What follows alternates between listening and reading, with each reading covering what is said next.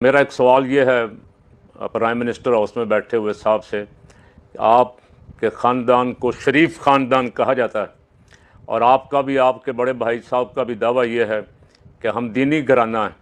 और मोहतरमा सीएम पंजाब साहबा भी कहती हैं कि मैं एक दीनी घराने से ताल्लुक़ रखती हूँ। आगे वो कितने को दीनी है इस पर मैं तबसरा नहीं करता, सिर्फ उनसे ये सवाल करता हूँ कि क्या पाकिस्तान इस गाने बजाने के लिए बना था? पाकिस्तान इसलिए बना था कि जब 14 अगस्त आया करे तो करोड़ों अरबों रुपया कौम के ख़जाने से, सरकारी ख़जाने से सिर्फ गाने निशाने पे लगा दिया जाए, कौम भूखी मर रही हो।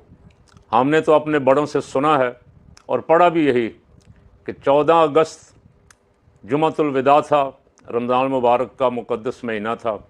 रात जब 12 बजे 14 अगस्त का आगाज़ हुआ तो 27वीं रात थी रमज़ान मुबारक की, लैलतुल क़द्र, और मस्जिदों में कुरान पाक का ख़त्म हो रहा था, शबीने हो रहे थे, लोग इबादत में मसरूफ़ थे। ये उनको सिला मिला था इस बात का कि उन्होंने पाकिस्तान का मतलब क्या, ला इलाहा इल्लल्लाह, दस्तूर रियासत क्या होगा, मोहम्मद रसूलुल्लाह के नारे पे मुल्क हासिल किया था।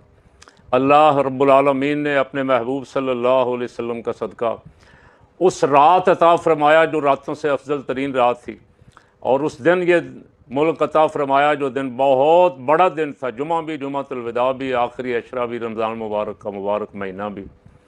तो आज आप क्या ये म्यूज़िक फेस्टिवल करके, जश्न आज़ादी मना के अपने उन बुज़ुर्गों की रूहों को चढ़ा रहे हैं कि तुमने तो ला इलाहा इल्लल्लाह के लिए नारा लगाया था, हम ये कंजरियाँ नचा रहे हैं।